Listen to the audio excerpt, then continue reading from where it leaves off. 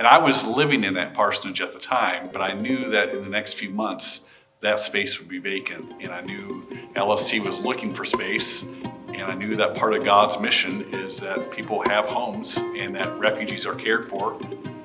For me, this was a perfect opportunity to exercise being a good neighbor. They're literally our neighbor right next door, but also to reach out and be part of their lives. And the first time I ever took the family over to the food pantry, I was invited into their home and sat and had tea with the family. And 30 minutes later, I knew that I had new friends.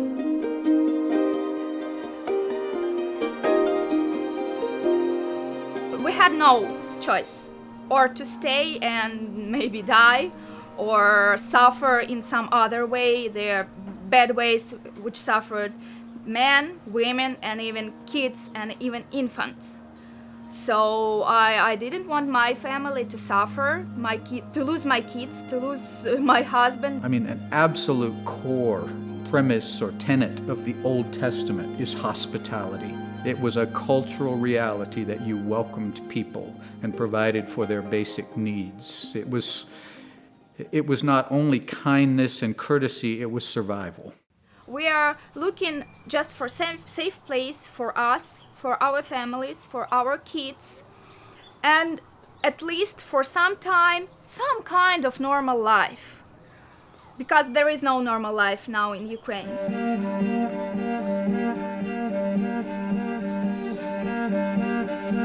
We're a religion of strangers and those in need, and this is like to the core of it, because these people basically left everything they had. They fled their country to save their lives, and they left with little more than the clothes and what they could stuff into a few bags. It's not so easy when you are like you don't know actually the rules of that country. You don't know even the people, and you're new here, so it's a very hard decision for us. Welcoming the stranger, I mean, if we can't do that, why does the church exist? Lutheran Immigration and Refugee Services in America is the third largest settler of refugees, and we're Lutherans and part of that. We are like not refugees by our own will. So we were like forced to do this, to leave our country. Because when you're coming just with 2 kids and 3 big suitcases in which you packed all your life, so any support would be great.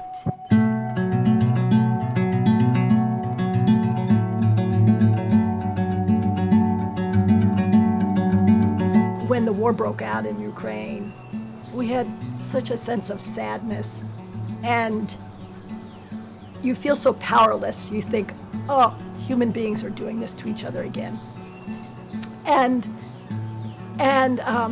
then we saw the notice in the church bulletin. One of the agencies in Greensboro basically approached our church and said, we have a family coming.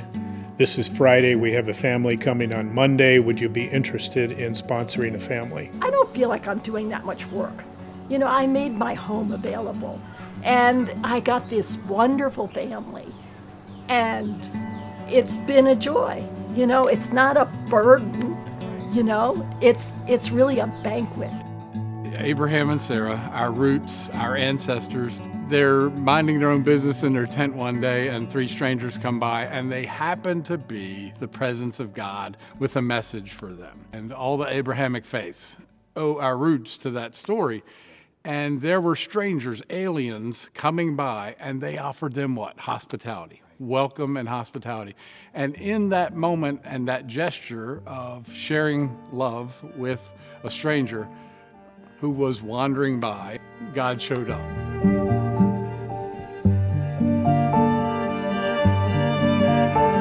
Sometimes folks are hesitant to get involved because it is a pretty large commitment. Everything doesn't go smoothly in these things. I mean, there are challenges, and we've had our challenges in this. Yes, it would be hard, but if you see this power in yourself, inside you, it will save somebody's life.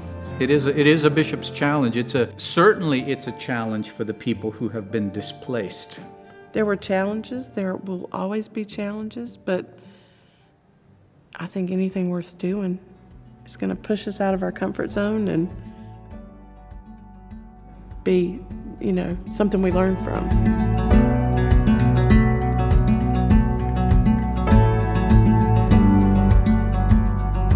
We picked them up, brought them home, and Maria, 5 years old, with her little pink backpack and her heavy coat in February, just standing there in a safe place.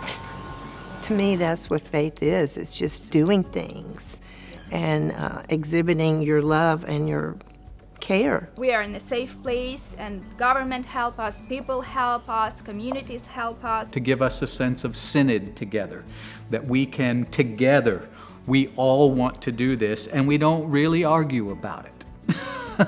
We just say that this is what God's calling us to do. You really get a sense of how God works in community and how God uses all the different talents and abilities. My parents were part of the group that wanted to participate. I mean, they didn't have to, but they chose to. I mean, so they modeled living out that baptismal covenant.